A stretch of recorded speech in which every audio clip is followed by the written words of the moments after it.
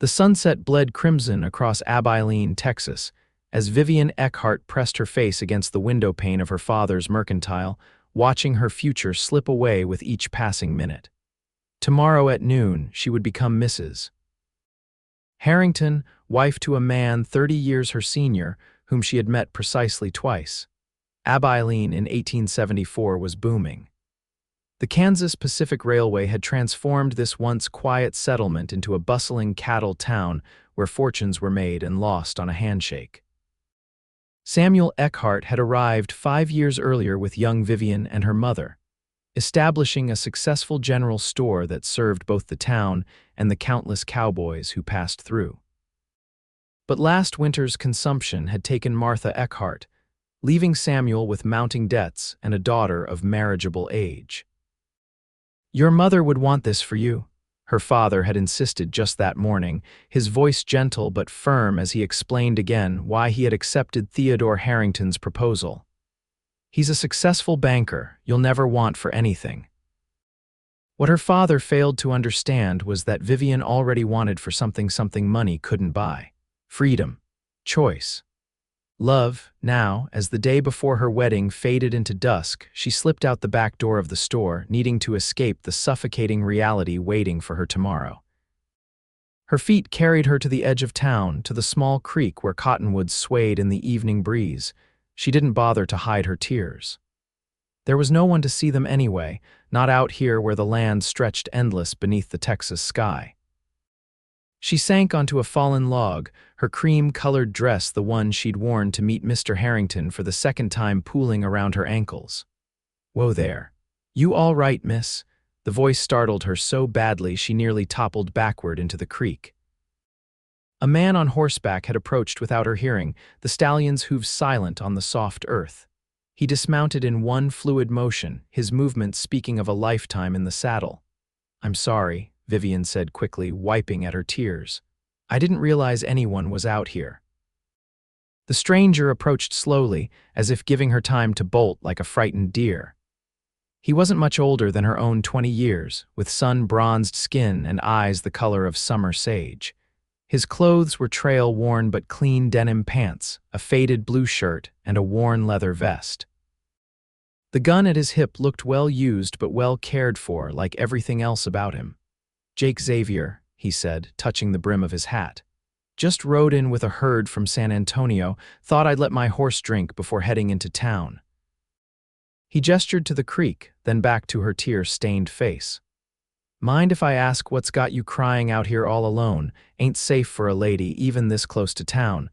Vivian knew she should excuse herself, return home where proper young women belonged. Instead, she found herself saying, "I'm getting married tomorrow," one dark eyebrow lifted. "Most folks don't cry about that less they're happy tears. Those don't look like happy tears to me." "They're not," she admitted, her voice barely above a whisper. Jake Xavier led his horse to the creek's edge, letting it drink while he settled himself on the log beside her, leaving a respectful distance between them. "Want to talk about it? Sometimes telling a stranger what's troubling you can help. I'll be gone tomorrow anyway, headed up north with the herd." Perhaps it was his imminent departure that loosened her tongue, or the kindness in his eyes that held no judgment. "My father arranged it. I've met Mr. Harrington twice. He's 53 years old and has buried 2 wives already." Jake's expression darkened. "And you don't want to marry him?"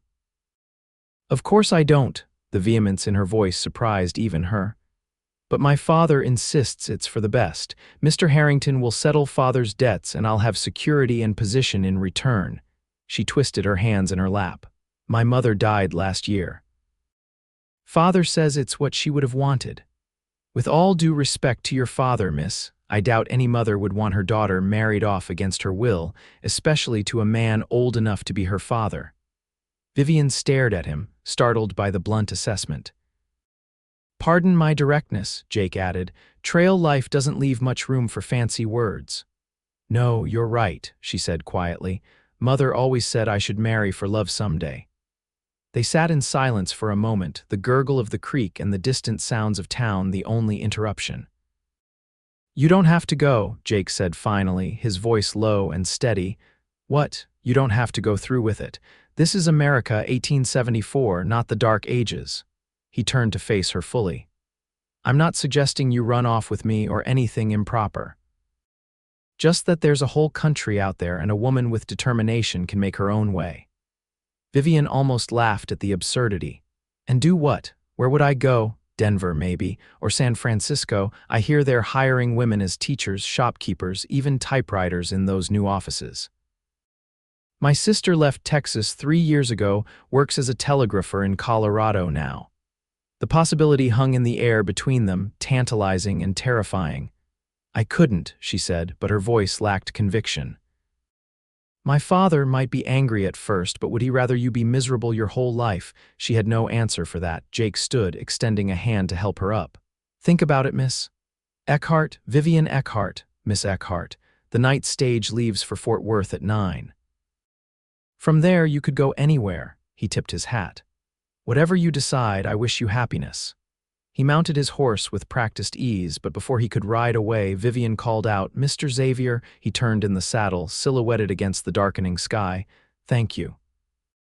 He nodded once, then rode toward town, leaving Vivian alone with thoughts more turbulent than the creek beside her.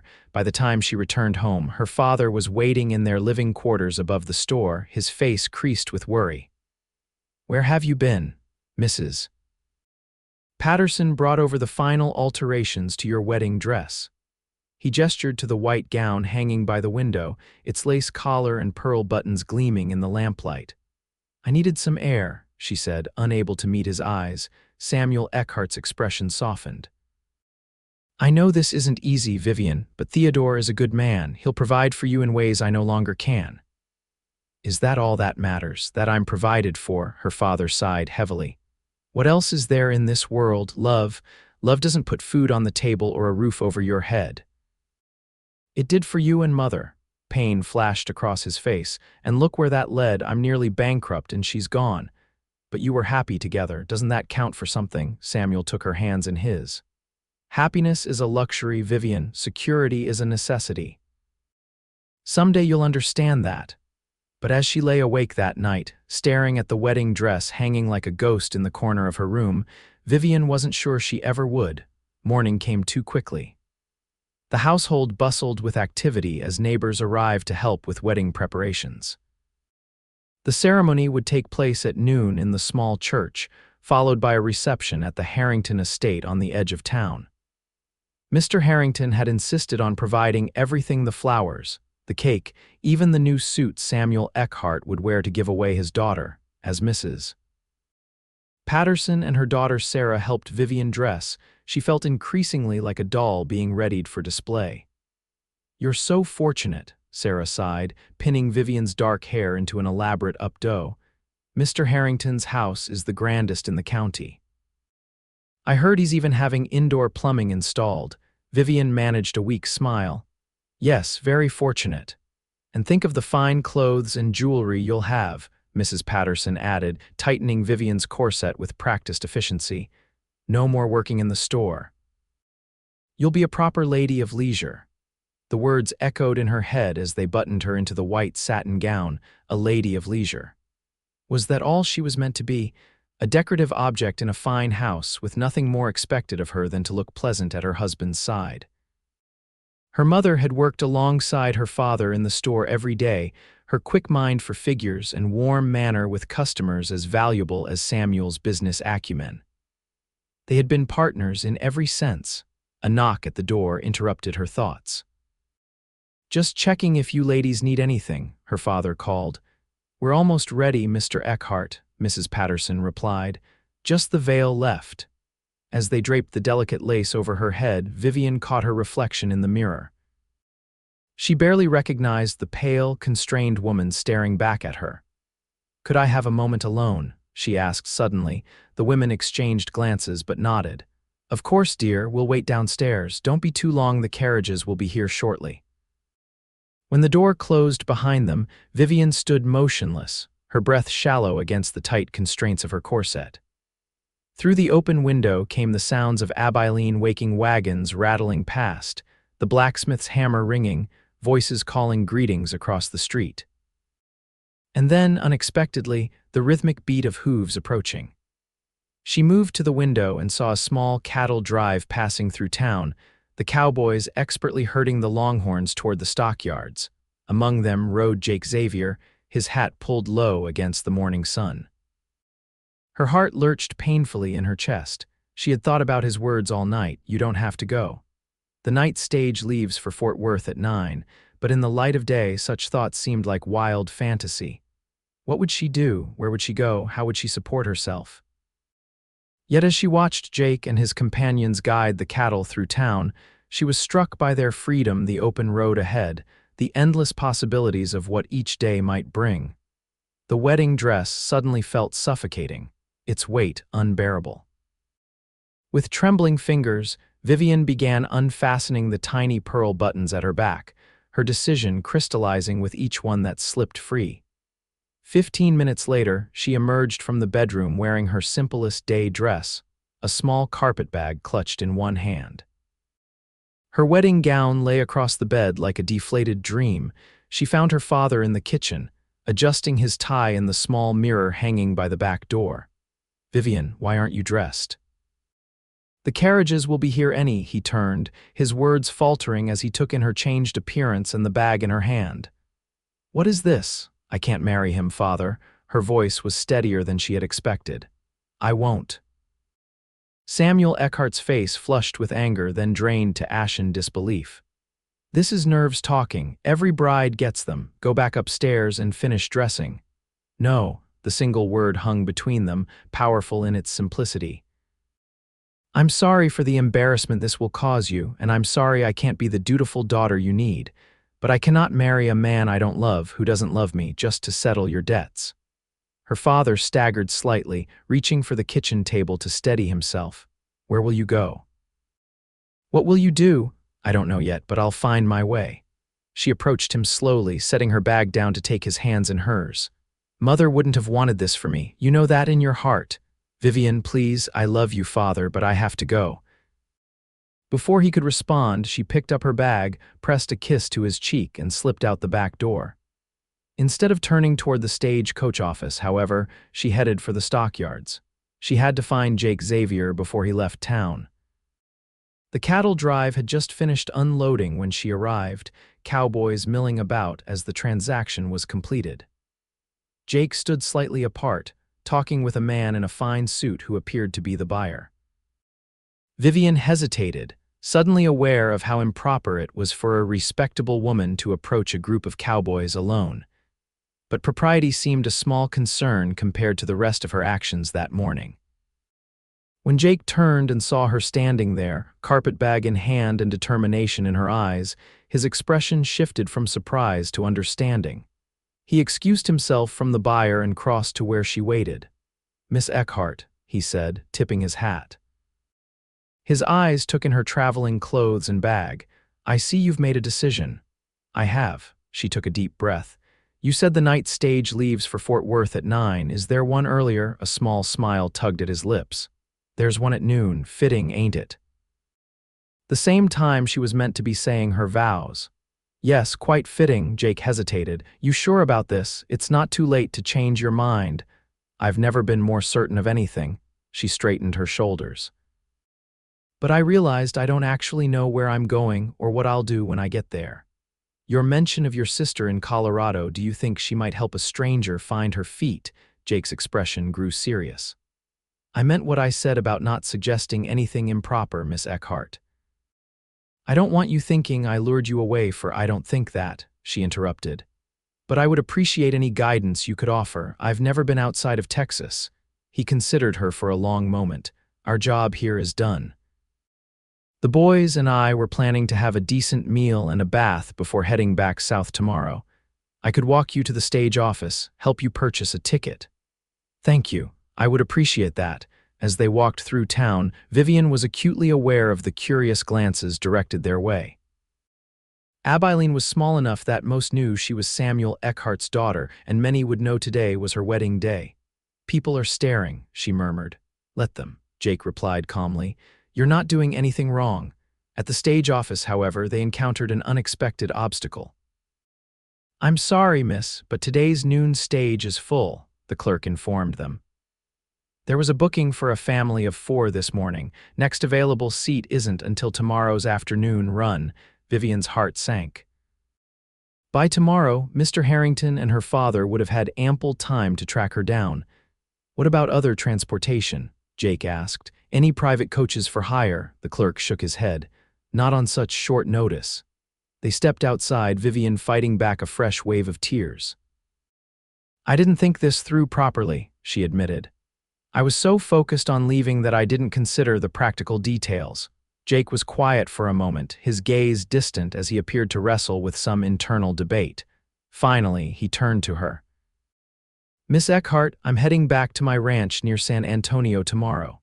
From there, it's an easy journey to Austin where you could catch a train north if you still want to go to Colorado, or you might find work in Austin itself. It's growing fast. She looked at him in surprise. Your ranch. A hint of color touched his tanned face. It's small, but it's mine. I was up here with the drive because my foreman broke his leg last month. I needed the money from this herd to keep things going through winter. You're not just a cowboy, she said, reassessing the man before her. Started that way, he admitted. Saved every penny for 5 years to buy my spread. It's nothing grand, just 100 acres, a decent house, and about 60 head of cattle, but it's a start. Vivian considered her limited options. If I went with you to San Antonio, I'd see you safely to a respectable boarding house in town, he said quickly. Or directly to the Austin stage if you prefer. I give you my word as a gentleman. She almost laughed at that. What true gentleman would encourage an unmarried woman to flee her wedding and travel unchaperoned with him? Yet there was an honor in Jake Xavier that she sensed was more genuine than all of Theodore Harrington's proper societal standing.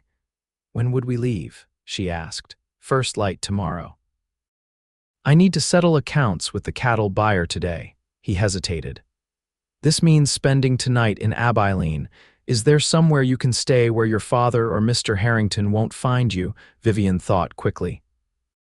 Sarah Patterson's older sister Emily lives on the other side of town with her husband. She never approved of my engagement. She might help me. Good. I'll escort you there now if you like. As they walked, Vivian became increasingly aware that time was running short. It wouldn't be long before someone was sent to search for her. Emily's reaction to their arrival was precisely as Vivian had hoped. After ushering them inside and listening to Vivian's abbreviated explanation, she turned to Jake with narrow-eyed assessment. And who exactly are you, Mr. Xavier? Jake removed his hat, looking directly into Emily's suspicious face. Just someone offering assistance to a lady in need, madam. I'll be escorting Miss Eckhart to San Antonio tomorrow, where she can decide her next steps. You have my word she'll come to no harm in my company. Emily didn't appear entirely convinced, but her dislike of Theodore Harrington apparently outweighed her concerns. You can stay here tonight, Vivian.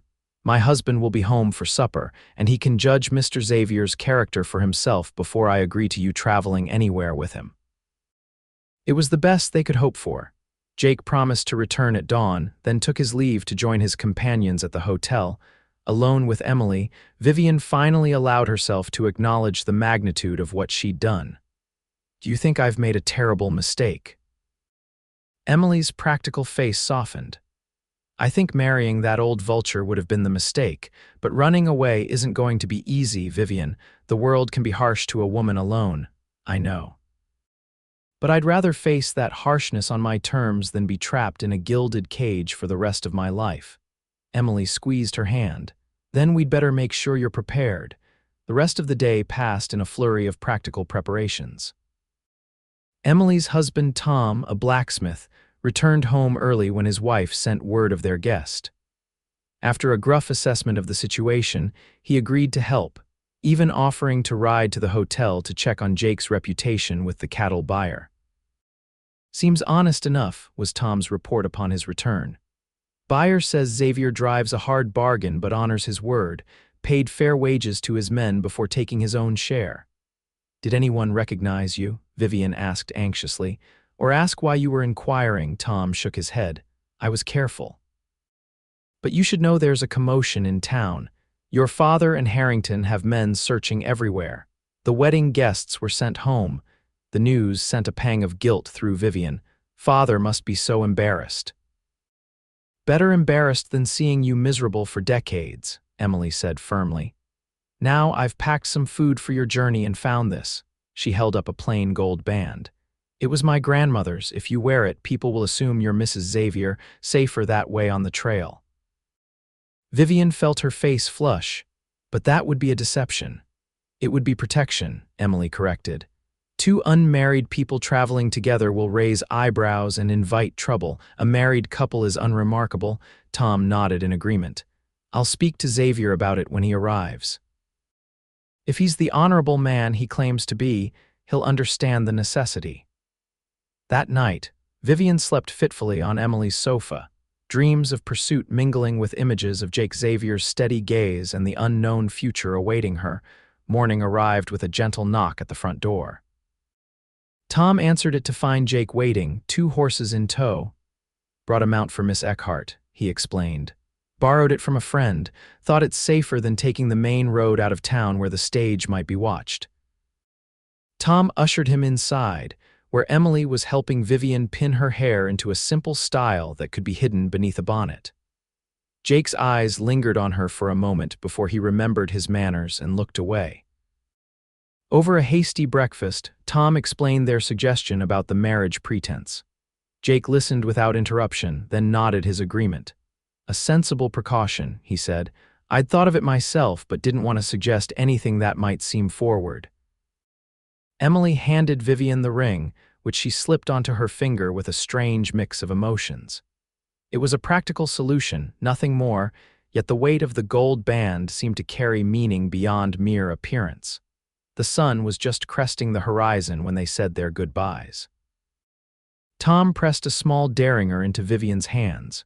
Just in case, he said, Emily will write to let us know you've arrived safely in San Antonio. The first few miles out of Abilene were tense, both riders alert for any sign of pursuit. But as the town receded behind them and the vast Texas landscape opened before them, Vivian felt something unexpected, a budding sense of freedom. How long will it take to reach San Antonio? She asked as they settled into a steady pace. 4 days if the weather holds, Jake replied.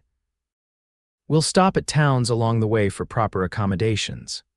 The mention of accommodations brought a fresh wave of uncertainty. Pretending to be husband and wife was one thing in passing, but what about when they stopped for the night? As if reading her thoughts, Jake added, I'll make sure you have privacy, Miss Eckhart. This pretense goes no further than what's needed for safety. If we're meant to be married, perhaps you should call me Vivian, she suggested, surprised by her own boldness. A smile touched his lips. Vivian then, and I'm Jake. The first day's ride was long but uneventful.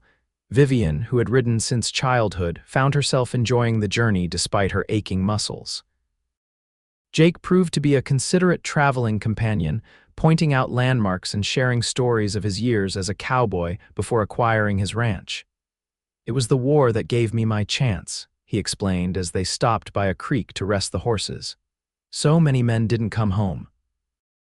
Land was cheaper and experienced hands were valuable. I was lucky.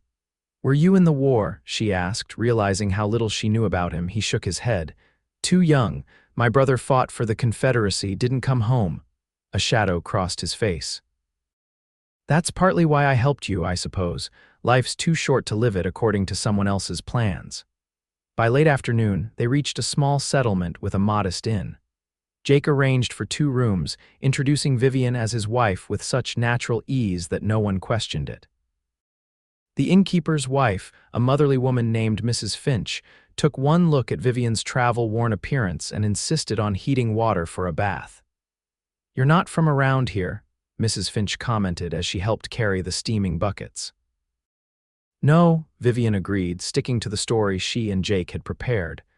We're heading to my husband's ranch near San Antonio. We've been visiting my family in Kansas. Mrs. Finch seemed satisfied with the explanation. Well, you rest up good. I'll have supper ready in an hour. Alone in the small but clean room, Vivian sank gratefully into the bath, allowing herself to truly relax for the first time since leaving Abilene. The events of the past 24 hours seemed almost dreamlike in their unreality. Had she really abandoned her wedding? Run away with a man she barely knew? What would happen when they reached San Antonio? These questions still swirled in her mind as she joined Jake for supper in the inn's small dining room. They were the only guests, sharing the table with Mrs. Finch and her husband, who peppered them with questions about their journey. Terrible business traveling with all those outlaws about, Mr. Finch commented. Lucky you've got a good man to protect you, Mrs. Xavier. Yes, Vivian agreed, catching Jake's eye across the table. I am fortunate.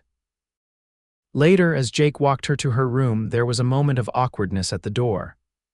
I'll be just next door if you need anything, he said, his voice low. Thank you, she replied. For everything. He started to turn away, then paused. Vivian, I want you to know that when we reach San Antonio, you'll be free to go wherever you wish. I meant what I said about helping you get to Austin or further north if that's what you want. I appreciate that. But, he continued, his eyes intent on hers, you'd also be welcome to stay, not as. I mean, I could offer you employment, as a housekeeper maybe, or helping with the accounts you mentioned working in your father's store. The offer surprised her. You do that. The house needs a woman's touch, he said, then flushed slightly. I mean, it needs proper care, which I can't give it while running the ranch. And yes, I could use help with the ledgers. My figures aren't what they should be. It was a generous offer, a chance to find her feet before deciding on a more permanent path. I'll consider it, she promised. He nodded, seeming satisfied. Good night, then. Good night, Jake. The next morning brought their first challenge. As they prepared to leave after breakfast, a rider arrived at the inn, a man Vivian didn't recognize but whose purpose became immediately clear.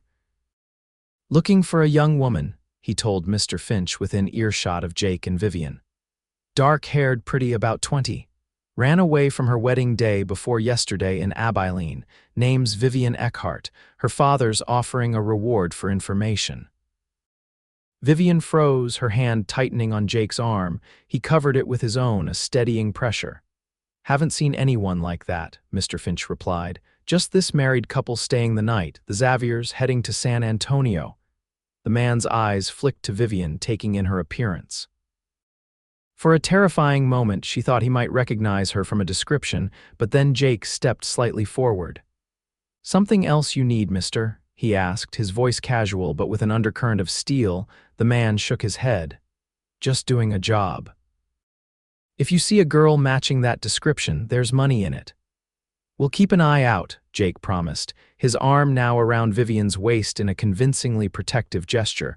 When the man rode off, Mrs. Finch turned to them with knowing eyes. You'd best be careful on the road. Sounds like someone important is looking for a runaway bride. We will, Jake assured her, leaving extra payment for their stay, and we appreciate your discretion.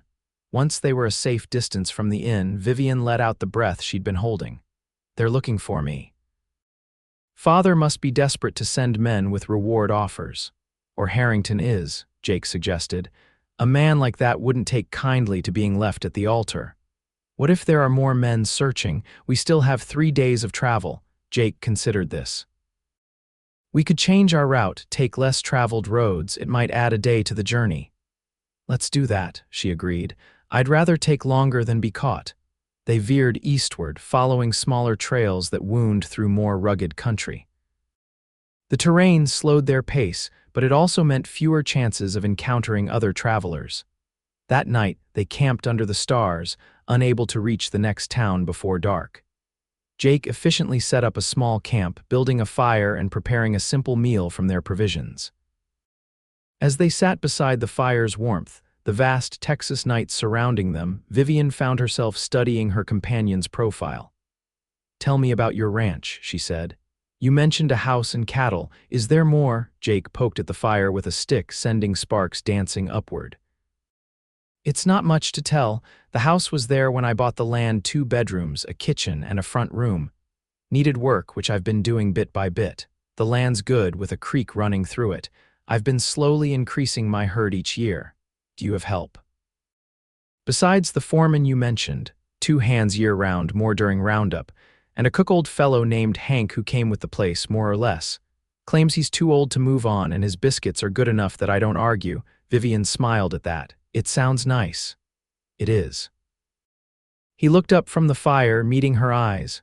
Lonely sometimes, but nice. Something unspoken passed between them in that moment, a recognition perhaps of similar solitude despite their different circumstances. I never asked why you weren't already married, Vivian said, then immediately regretted the personal question. I'm sorry, that's none of my business. No, it's a fair question, he replied. There was someone back before I had the ranch. Mary Sutton, daughter of a shopkeeper in Lerdo. We were going to marry once I saved enough for a place of our own. His voice grew distant. Cholera took her 5 years ago. I'm sorry, Vivian said softly. Jake nodded, acknowledging her sympathy. After that, I threw myself into work. The ranch became everything. Didn't leave much room for courting. And now, he looked at her for a long moment before answering, now I'm starting to think maybe there's more to life than just work. The air between them seemed to thicken with possibility, but Jake broke the moment by standing to check on the horses. When he returned, the conversation turned to safer topics: Vivian's life in Abilene, Jake's adventures on cattle drives. They slept on opposite sides of the fire, Vivian wrapped in a blanket Jake had brought for her. Despite the hard ground and unfamiliar night sounds, she slept deeply, exhausted from the day's ride. The following days fell into a rhythm. They traveled from dawn until dusk, sometimes making it to a town for the night, other times camping under the stars. Each day brought them closer to San Antonio, and with each passing mile, Vivian felt both relief at escaping her unwanted marriage and growing uncertainty about what awaited her at the journey's end. On the evening of the 4th day, they made camp within a day's ride of San Antonio.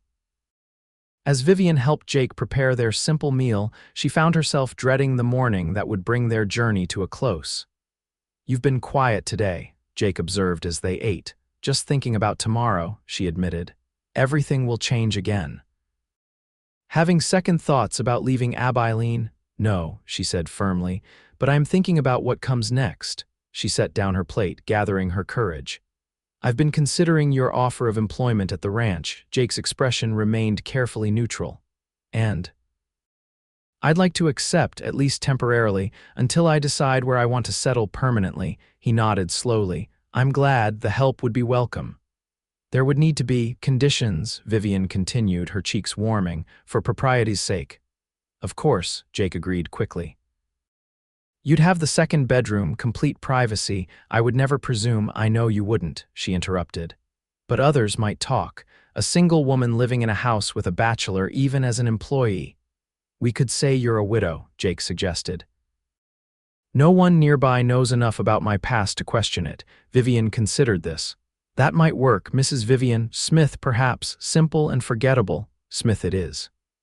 Jake hesitated, then added, you know, we don't have to decide everything tonight. You might reach San Antonio and change your mind completely. I don't think I will, she said softly. Their eyes met across the fire, and for a moment Vivian thought Jake might say something more. Instead, he stood and announced he'd check the horses one last time before turning in.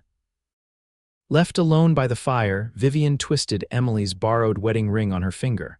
Tomorrow she'd have to remove it, setting aside the pretense of being Mrs. Xavier. The thought brought an unexpected pang of regret. The final day of travel dawned clear and bright.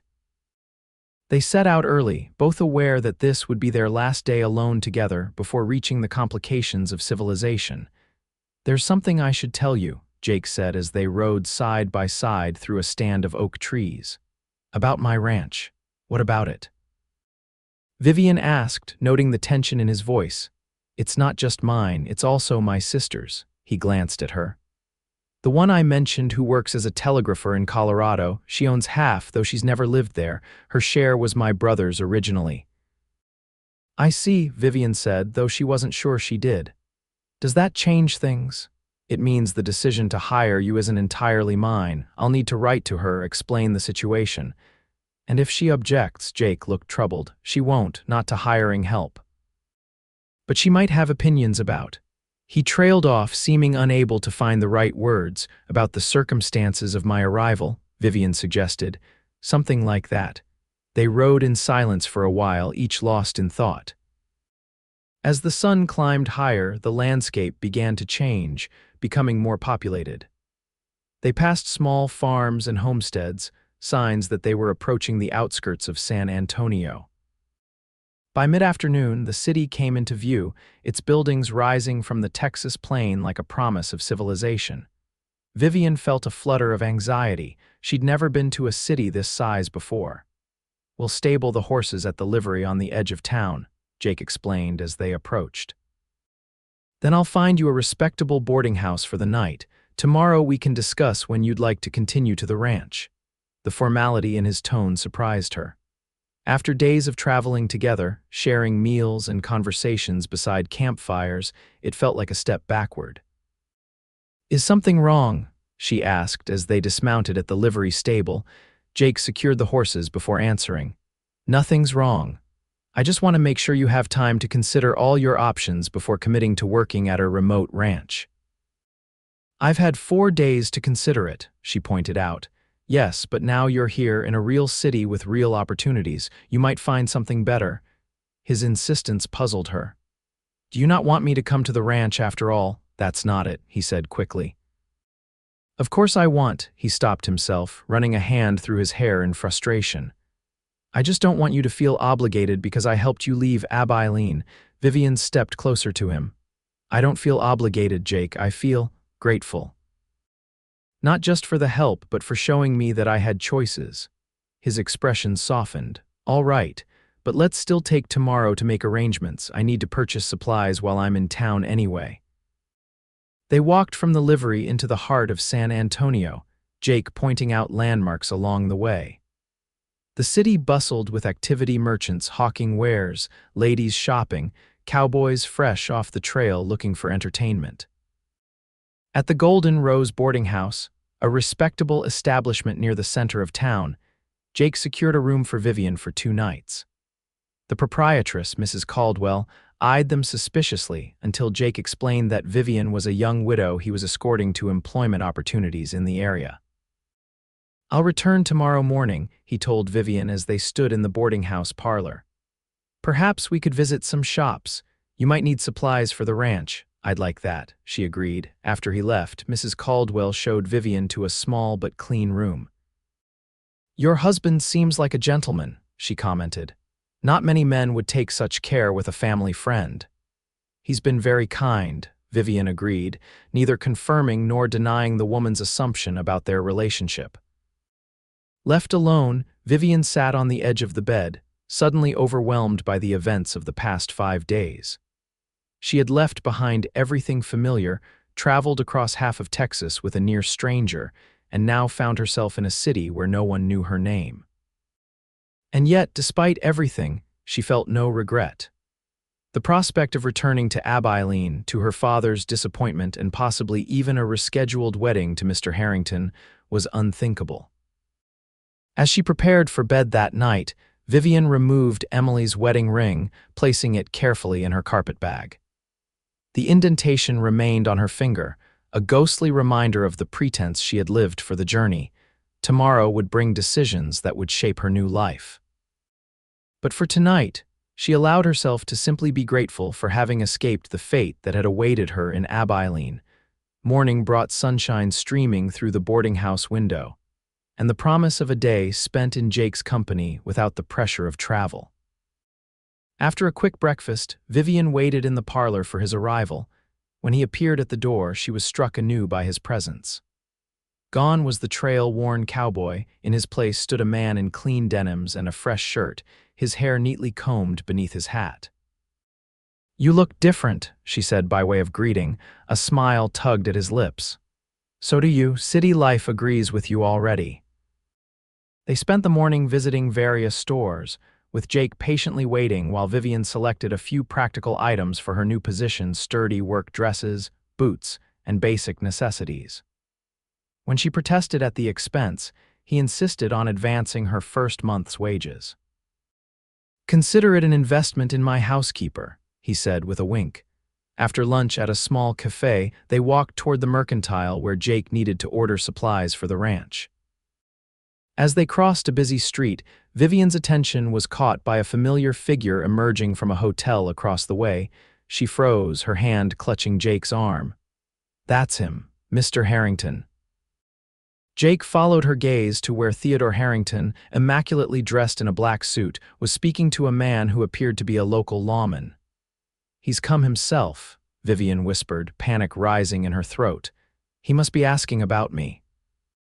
Without hesitation, Jake steered her into the nearest shop, a milliner's establishment filled with hats and feathers. "Stay in the back," he instructed. "I'll see if they're looking this way." From her position behind a display of bonnets, Vivian watched as Jake casually glanced out the window. His expression remained neutral, but she could see tension in the set of his shoulders. "They're heading this way," he said quietly, returning to her side. "Is there a back door?" he asked the shopkeeper, who had been watching them with curious eyes. "Through the storeroom," the woman replied, pointing. "Something wrong, just avoiding an unwanted meeting," Jake explained smoothly, pressing a coin into the woman's hand. "Much obliged for your help." They slipped through the back door into an alley, then made their way through a series of narrow passages until they emerged on a different street. "You think he saw us?" Vivian asked, her heart still racing. "Don't think so, but he's here, which means he's serious about finding you." Jake led her toward a small park where they could sit on a bench and consider their options.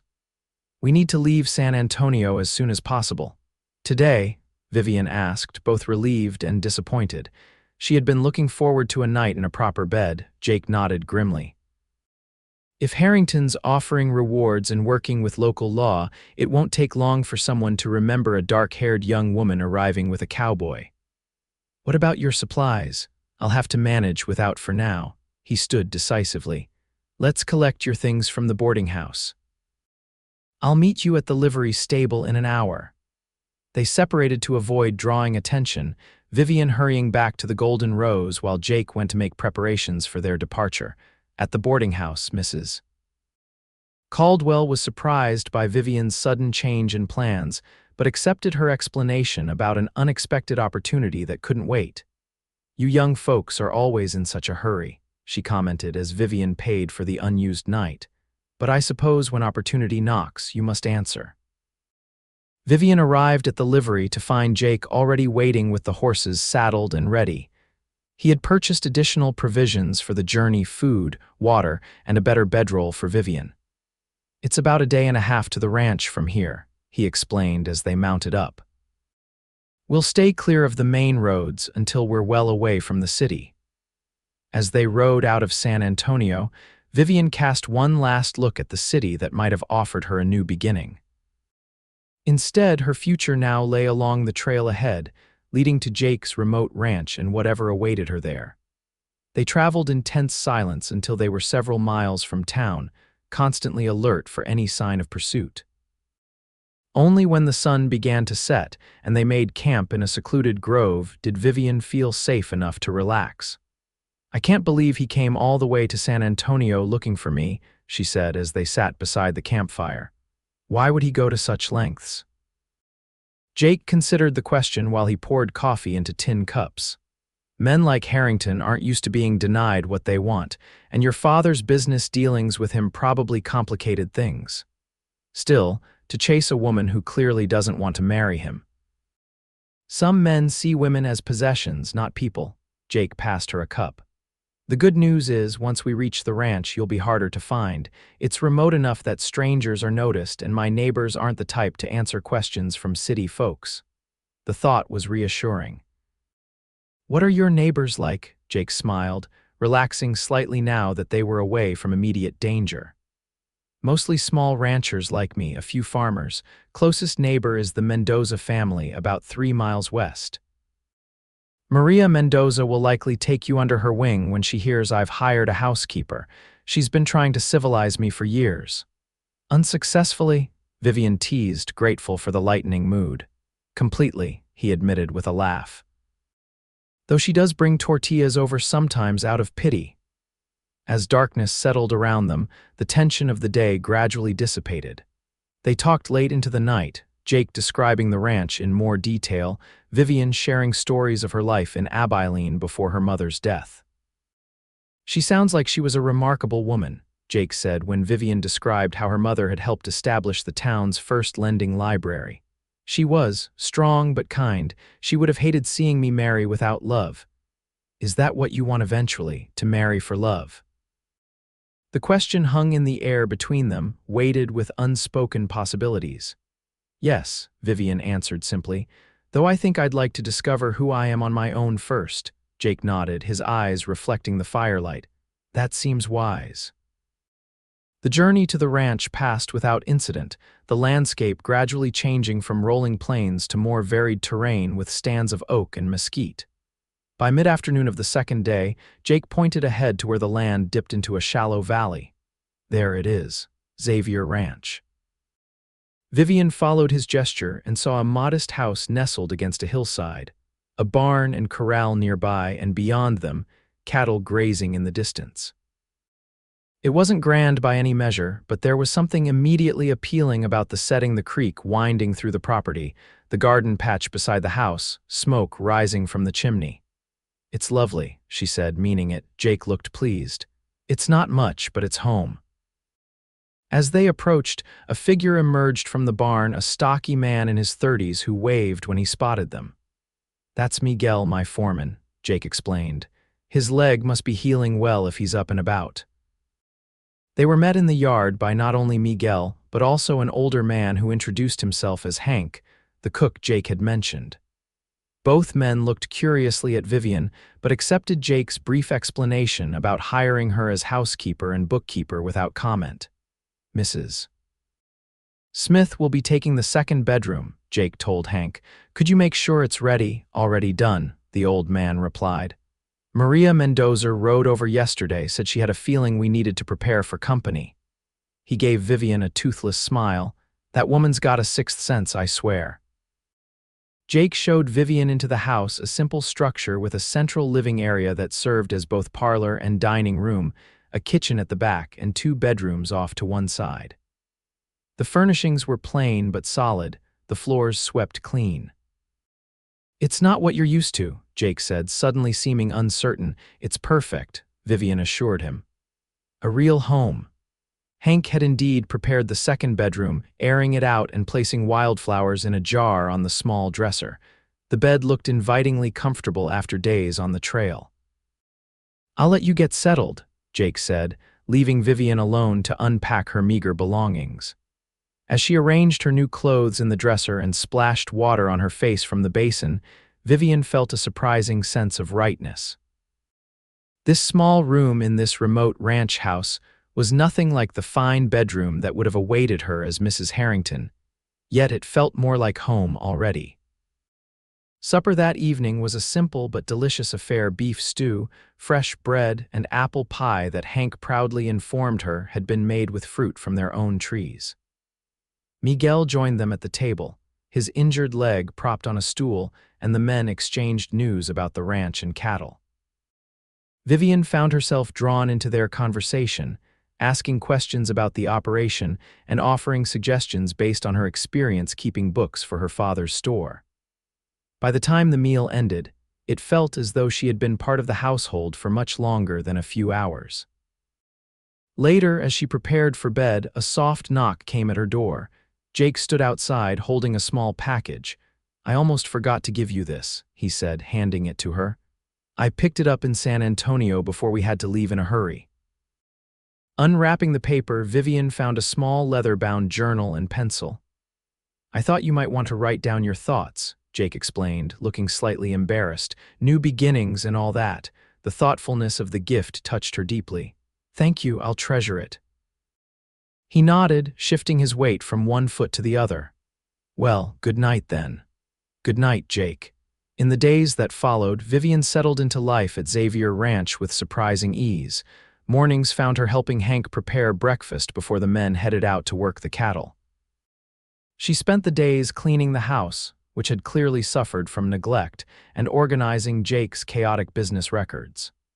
How did you ever make a profit with bookkeeping like this? She asked him one evening, showing him the new ledger she had created. Luck, mostly, he admitted with a grin. And selling cattle at the right time. A week after her arrival, Maria Mendoza rode over for a visit, her assessing gaze taking in every detail of Vivian's appearance before pronouncing her too skinny, but with good sense in her eyes. "You will come to our house for dinner on Sunday," Maria declared rather than asked. "Meet my husband and sons. They need to see that Jake finally has a civilizing influence." When Vivian tried to explain that she was only an employee, Maria waved away the clarification with a knowing smile. "For now, perhaps, we will see." The following Sunday found Vivian riding beside Jake to the Mendoza ranch, nervous about her first social outing in her new life. "Don't worry about Maria's matchmaking," Jake told her, correctly reading her anxiety. "She's been trying to pair me off with every eligible woman in the county for years." "And why haven't any of those matches taken?" Vivian asked, curious despite herself. Jake shrugged. "Never met the right woman, I suppose, or wasn't ready to."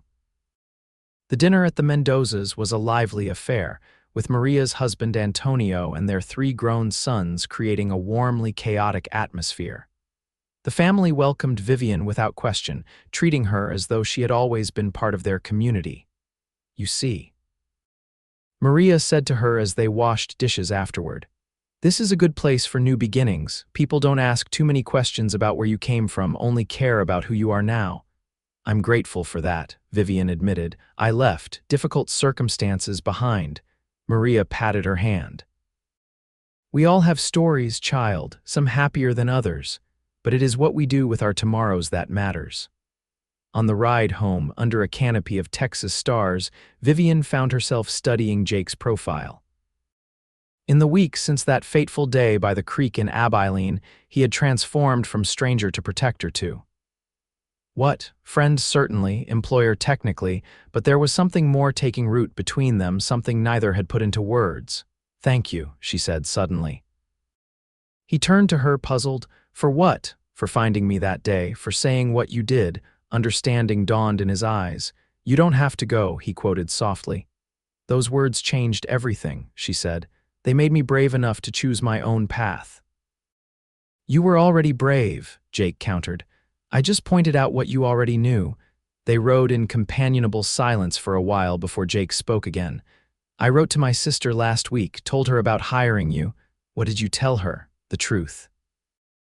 That I met a woman who needed a new start and I offered her a position at the ranch." He glanced at her. "I didn't share all the details. Those are yours to tell if you ever want to." "Thank you for that." Vivian hesitated. "Do you think she'll approve?" "Jenny has good instincts about people, even from a distance. She'll trust my judgment." The routine of ranch life continued, days blending into weeks. Vivian found unexpected joy in the rhythm of it, the early mornings with coffee on the porch watching the sunrise, the satisfaction of transforming the neglected house into a proper home, the evenings spent in conversation with Jake and the others. On the first day of her second month at the ranch, a letter arrived from Jake Xavier in Colorado. Jake read it privately first, then shared it with Vivian that evening as they sat on the porch after supper. "She approves," he said simply, handing her the letter. "Says anyone who can make sense of my financial records deserves double wages." Vivian smiled as she read the warm, friendly letter. Jake Xavier sounded like a practical, straightforward woman with a good sense of humor.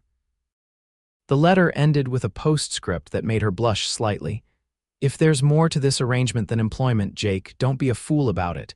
Good women are rare in our territory." "Your sister is very direct," she commented, returning the letter. Jake looked embarrassed. Jenny never was one for subtlety. "Is there," Vivian asked, surprising herself with her boldness, "more to this arrangement?" The question hung between them in the gathering dusk. Jake turned to face her fully, his expression serious. "I think there could be," he said carefully. "If that's something you might want, but there's no hurry to decide anything. You're still finding your feet in a new life." "I am," she agreed, "but I've also never felt more myself than I have these past weeks." It was true. Away from the constraints of Abilene society and her father's expectations, Vivian had discovered aspects of her character she hadn't known existed: strength, adaptability, and a quiet confidence in her own judgment. "We have time," Jake said, reaching over to briefly touch her hand. That's the gift of this place, time to let things unfold naturally. As summer faded into fall, life at Xavier Ranch settled into a comfortable pattern. Vivian's position evolved from formal employment to something more akin to partnership. She not only kept the books and managed the household, but began offering suggestions about the ranch operations that Jake increasingly implemented. "You have a good head for business," he told her after she proposed adjusting their cattle sales schedule to take advantage of market fluctuations. "Better than mine, if I'm honest.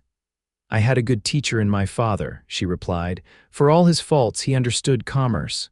Though she rarely spoke of Abilene, thoughts of her father troubled her. She had written to him shortly after arriving at the ranch, a brief note explaining that she was safe and well but not revealing her location. She had received no reply. "Do you think he's still looking for me?" She asked Jake one evening in late September as they sat by the fireplace, a chill having crept into the Texas night. "Harrington might be," Jake answered thoughtfully. "Your father, it's hard to say. He might have accepted your decision by now." "I hope he has," Vivian said softly. "I never wanted to hurt him." Jake studied her across the firelight. "Do you regret leaving?" "No," she answered without hesitation. "I regret the manner of it sometimes, the hurt it caused, but not the choice itself." October brought the fall roundup, a busy time that saw everyone on the ranch working from dawn until dusk. Vivian surprised the men by insisting on helping, riding out each day to deliver meals and assist with record keeping as the cattle were counted and sorted. "You're becoming quite the rancher's wife," Maria Mendoza commented when she visited during this period, her eyes twinkling with mischief. We're not," Vivian began, flustered. "Not yet," Maria agreed with a knowing smile, "but I have eyes in my head, child." It was true that something had shifted between Vivian and Jake in recent weeks. Casual touches lingered longer, conversations extended into the night, and increasingly their eyes sought each other across rooms and distances. Yet neither had taken the step to transform their deepening friendship into something more. Jake remained respectful of Vivian's need for independence after nearly being forced into marriage, while Vivian hesitated to risk the security she had found at the ranch on the uncertainty of romantic feelings. The catalyst came unexpectedly in early November with the arrival of a stranger at the ranch. Vivian was alone in the house, Jake and the men out checking fence lines, when she heard a horse approaching. Looking out the window, she saw a well-dressed man she didn't recognize dismounting in the yard. Caution made her retrieve the small derringer Tom had given her before she opened the door, keeping the weapon hidden in the folds of her skirt. "Good day," she greeted the stranger from the porch. "Can I help you?" The man removed his hat, revealing graying hair and a face that spoke of city living rather than ranch work. "I'm looking for a Miss Vivian Eckhart," he said. "I have reason to believe she might be in this area." Vivian's heart lurched painfully. "May I ask why you're looking for her?" "My name is James Patterson, madam. I'm a solicitor from Austin. I represent her father, Samuel Eckhart." The man reached into his coat and extracted a letter. "I have a communication for her of a most urgent nature." Vivian hesitated, assessing the man. He didn't look threatening, and there was no sign of Theodore Harrington or any law enforcement accompanying him. "What is the nature of this urgent communication?" she asked, still not identifying herself. Mr. Patterson's expression turned solemn. "I regret to inform you that Mr. Samuel Eckhart passed away 3 weeks ago. Heart failure, according to the doctor. Before his death, he instructed me to locate his daughter and deliver both this letter and information regarding her inheritance." The words struck Vivian like a physical blow. Her father dead, the derringer slipped from her suddenly nerveless fingers, clattering to the porch. "Miss Eckhart?" Mr. Patterson asked, concern replacing the professional distance in his tone. "Yes," she managed to whisper. "I'm Vivian Eckhart." The solicitor stepped forward, offering both his hand and the letter. "I am truly sorry to be the bearer of such news, Miss Eckhart. Your father spoke of you with great affection during our meeting." Vivian accepted the letter with trembling fingers, recognizing her father's handwriting on the envelope. "Please come inside, Mr. Patterson. You've had a long journey." Once seated in the parlor with coffee that Vivian somehow managed to prepare despite her shock, Mr. Patterson explained the details of her father's passing and the settlement of his estate. The store was sold to cover the remaining debts, but there was a small sum left over, plus your mother's jewelry, which Mr. Eckhart specifically set aside for you. He opened his briefcase and removed a wooden box. These are yours now, along with approximately $300. Vivian accepted the familiar box, running her fingers over the carved surface. Her mother's treasures, the pearl necklace Samuel had given her on their wedding day, the cameo brooch that had belonged to her grandmother, the delicate gold earrings Martha had worn on special occasions. "Thank you for bringing these to me," she said, tears finally spilling down her cheeks. "May I ask, how did you find me?" "It wasn't easy," Mr. Patterson admitted. "Mr. Eckhart had received your letter indicating you were safe but not where. After his death, I began making inquiries. A storekeeper in San Antonio remembered a young woman matching your description purchasing supplies with a rancher named Xavier. From there, it was a matter of determining which Xavier owned property in the region." Vivian nodded, both impressed by his thoroughness and disturbed by how easily she had been found. "Mr. Harrington," she began hesitantly, "is he still—" "Ah, yes, Mr. Harrington." Patterson's expression turned slightly disapproving. "He was quite insistent about locating you immediately after your departure. However, following your father's death, his interest appears to have waned. I believe he is currently in St. Louis on business." Relief washed over her. At least she needn't fear Harrington appearing on the doorstep.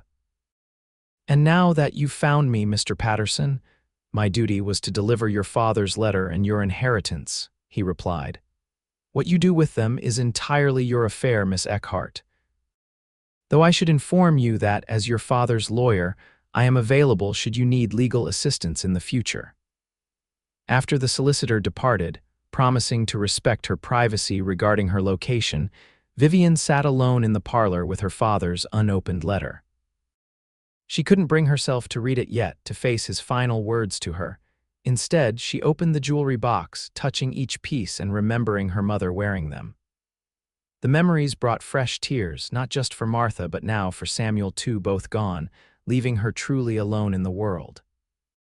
That was how Jake found her when he returned at dusk, tear-stained and surrounded by the scattered contents of the jewelry box. "Vivian," he crossed the room in long strides, kneeling beside her chair. "What happened? Are you hurt?" She shook her head, unable to speak through her tears. Instead, she handed him the still-sealed letter with her father's writing on the envelope. Jake examined it, understanding dawning in his eyes. "Your father found you. He's dead," she managed to whisper. "Heart failure 3 weeks ago. Oh, Vivian." Jake set the letter aside and gathered her into his arms, holding her as she sobbed against his chest. "I'm so sorry." He held her until her tears subsided, then gently guided her to the sofa. "Do you want to read it now? I can give you privacy." "No," she said, clutching his hand. "Stay with me." "Please?" With Jake beside her, Vivian finally broke the seal on her father's last letter. His familiar handwriting brought a fresh wave of grief as she read, "My dearest Vivian, if you are reading this, then I have passed from this world without seeing you again, which is my greatest regret. I want you to know that I received your letter and was relieved to hear you were safe and well. I was angry at first, as you might imagine. Embarrassed too, facing Theodore and the wedding guests with no bride. But as days turned to weeks, I began to see things differently. Your mother came to me in a dream one night, chiding me for trying to sell her daughter's happiness to settle debts that were mine alone. She was right, of course. Martha was always wiser than me in matters of the heart. I remembered how we married against her father's wishes, how we struggled those first years but were happy nonetheless. I had forgotten what truly mattered. I don't know where you are or what life you have found, but I hope it includes the love and freedom your mother would have wanted for you. I hope someday you can forgive my misguided attempt to secure your future at the cost of your happiness. Know that you are loved, Vivian, and that my final wish is for you to live life on your own terms, as your mother and I once did. With love and regret, your father." Vivian read the letter twice, tears flowing freely down her face. He forgave me, she whispered. He understood. Jake squeezed her hand. Of course he did. He was your father. That night, after a simple supper that Hank prepared with unusual gentleness toward her grief, Jake walked Vivian to her bedroom door. Will you be all right? He asked, his concern evident in the lines of his face. I think so, she replied, clutching her father's letter. It hurts, but there's peace in knowing he didn't die angry with me, Jake nodded. If you need anything during the night, I'm right across the hall. Impulsively, Vivian rose on tiptoe and pressed a kiss to his cheek. Thank you for being here today, for everything. She saw something flare in his eyes, a warmth that had been building between them for months, but he simply nodded again and bid her good night. Alone in her room, Vivian opened her journal, the one Jake had given her in San Antonio, and began to write about her father, her memories of him, and the complicated love they had shared.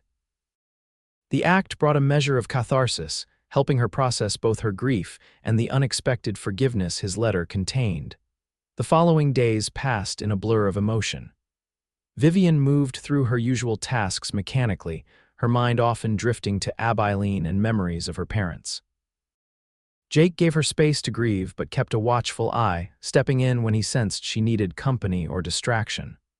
A week after Mr. Patterson's visit, Jake found Vivian sitting on the porch in the early morning light, a cup of coffee cooling beside her. I've been thinking, she said as he settled into the chair next to hers, about what happens next. Jake's expression remained carefully neutral. And what have you decided? I'm not entirely sure, she admitted. For the first time, I truly have choices. I have some money now, enough to start fresh somewhere else if I wanted to. She saw his hands tighten on the arms of his chair. Is that what you want, to leave? Vivian turned to face him fully. That depends. On what? On whether there's a reason to stay. She gathered her courage. On whether what's growing between us is something worth building a life around. The neutrality in Jake's expression gave way to something far more vulnerable. I think it could be. I'd like it to be. So would I, she said softly. But I need to know that if I stay, it's not just as your housekeeper or even your partner in running the ranch.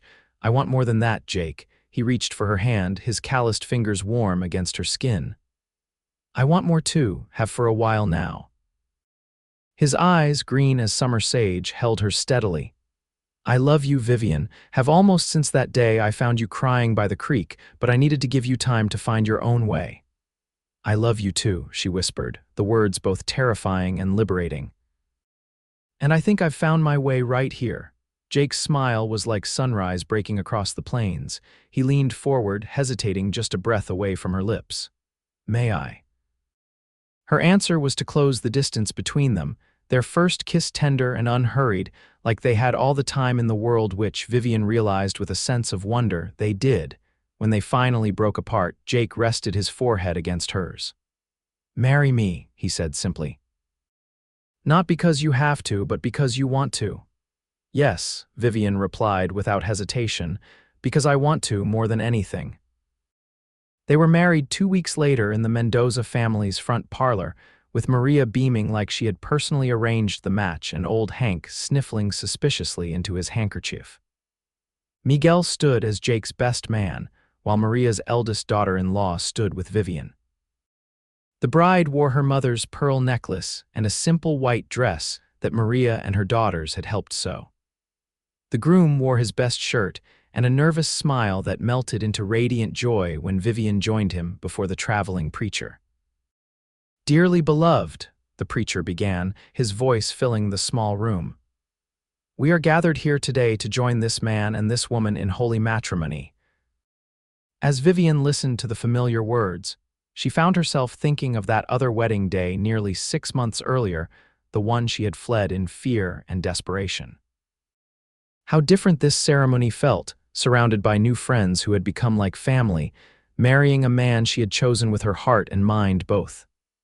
I, Jake Xavier, take you, Vivian Eckhart, to be my lawfully wedded wife, Jake vowed, his voice steady and sure. To have and to hold from this day forward, for better, for worse, for richer, for poorer, in sickness and in health, to love and to cherish, till death do us part. When it came time for Vivian to speak her vows, she added her own words to the traditional ones. I choose you freely and with my whole heart, today and every day to come. Jake's eyes shimmered with emotion as he squeezed her hands in silent understanding of all those words meant to her. By the power vested in me, the preacher concluded, I now pronounce you husband and wife. You may kiss your bride. The kiss was brief but full of promise, mindful of their audience but sealing the covenant between them, as they turned to face their friends as Mr. and Mrs. Xavier. Vivian felt a sense of completion, a circle closing on one chapter of her life and opening to another. The celebration afterward was joyous but simple, with food and music and dancing that lasted well into the night. When the newlyweds finally returned to the ranch, their ranch now, truly shared between them, the house seemed different somehow, as if it too recognized that something fundamental had changed. That night, as husband and wife discovered each other with tenderness and wonder, Vivian found herself grateful for every step of the journey that had led her here, even the painful ones. What are you thinking? Jake asked later, his fingers tracing lazy patterns on her bare shoulder as they lay entwined beneath the quilts. I'm thinking about choices, she replied, nestling closer to him. About how the hardest one I ever made led me to the happiest place I've ever been. He pressed a kiss to her forehead. No regrets then? Not one, she assured him, though I do have one question. What's that? That day by the creek in Abilene, why did you stop? What made you speak to a crying woman you'd never met before? Jake was quiet for a moment, considering. You reminded me of my sister, he said finally. The day she told us she was leaving for Colorado, she had that same look, trapped but determined. I couldn't help Jenny then, not really, but when I saw you. He shrugged slightly. I just knew I had to try. Vivian pressed a kiss to his chest, right over his heart. I'm glad you did. So am I, he murmured, drawing her closer. So am I. Spring came to Xavier Ranch with a riot of wildflowers and the promise of new beginnings. The cattle herd had grown over the winter, thanks in part to Vivian's shrewd management of their finances that had allowed for the purchase of additional stock. The house had transformed as well, with small touches that made it truly their home. Curtains at the windows, a proper dining table Jake had commissioned from the carpenter in town, and bookshelves filled with volumes ordered from catalogs. On a warm April morning, almost a year since that fateful day in Abilene, Vivian sat at her desk in the small room they had converted to an office, reviewing the quarterly accounts. The ranch was prospering, their hard work bearing fruit in ways that filled her with quiet pride. A familiar step in the doorway made her look up to see Jake leaning against the frame, watching her with that particular smile he seemed to reserve just for her. You're back early, she noted, rising to greet him with a kiss. Did everything go all right in town? Better than all right, he replied, pulling an envelope from his pocket. Letter from Jenny. She's coming for a visit next month. That's wonderful. Vivian had been corresponding with her sister-in-law regularly and looked forward to finally meeting her. Did she say how long she'll stay? Through the summer, at least. Says she's considering moving back to Texas permanently. Jake's expression grew more serious. And there's something else. He handed her a folded newspaper clipping that had been enclosed with Jenny's letter. It was a notice from the Abilene Gazette. Harrington Walsh wedding. Mr. Theodore Harrington and Miss Clara Walsh were united in marriage on Saturday last at the First Presbyterian Church. The bride, daughter of Judge and Mrs. Walsh of Fort Worth, wore white satin and carried roses. The groom, a prominent banker, has recently expanded his interests to include properties in Kansas City. The couple will reside in Abilene following a wedding trip to New Orleans. I thought you should see it, Jake said quietly. Jenny spotted it and thought it might bring you some peace of mind. Vivian read the notice again, surprised by the lack of emotion it stirred in her. Theodore Harrington seemed like a character from a story she had read long ago, someone who had never truly been part of her life. I'm glad, she said sincerely, setting the clipping aside. I hope they'll be happy. Jake studied her face. You really mean that, don't you? I do, she smiled, taking his hands in hers. I have everything I need right here. Why would I begrudge anyone else their happiness? He pulled her into his arms, holding her close. Have I told you lately how remarkable you are, Mrs. Xavier? Not since this morning, she teased, resting her head against his chest. But there's something I need to tell you too. What's that? Vivian looked up at him, her heart full to bursting with the news she'd been saving for the right moment. Jenny won't be the only new arrival this summer. We're going to have a baby. Jake's expression transformed from surprise to wonder to pure joy in the space of a heartbeat. A baby, are you sure? The doctor in town confirmed it yesterday. He says sometime in August. With a whoop of delight, Jake lifted her off her feet and spun her in a circle, his laughter mingling with hers in the sunlit room. Careful, she protested through her giggles. Precious cargo, remember? He set her down immediately, his hands moving to cradle her still flat stomach with reverent gentleness. A baby, he repeated, awe in his voice. Our baby, our family, she corrected softly, growing just like our ranch. As Jake kissed her with all the tenderness and passion that had only deepened during their months together, Vivian felt once again the rightness of the path she had chosen. From a tearful bride to be beside a creek to a beloved wife, and soon to be mother on a thriving ranch, her journey had been unexpected but perfect in its way. Later that night, as they sat on the porch watching the Texas stars emerge one by one, Jake's arm around her shoulders and her head resting against him, Vivian remembered those 4 words that had changed everything. You don't have to go. She hadn't gone then, and now she never would. Instead, she had found her true home not in a place, but in the love of the man beside her, in the life they had built together, and in the future stretching bright and promising before them.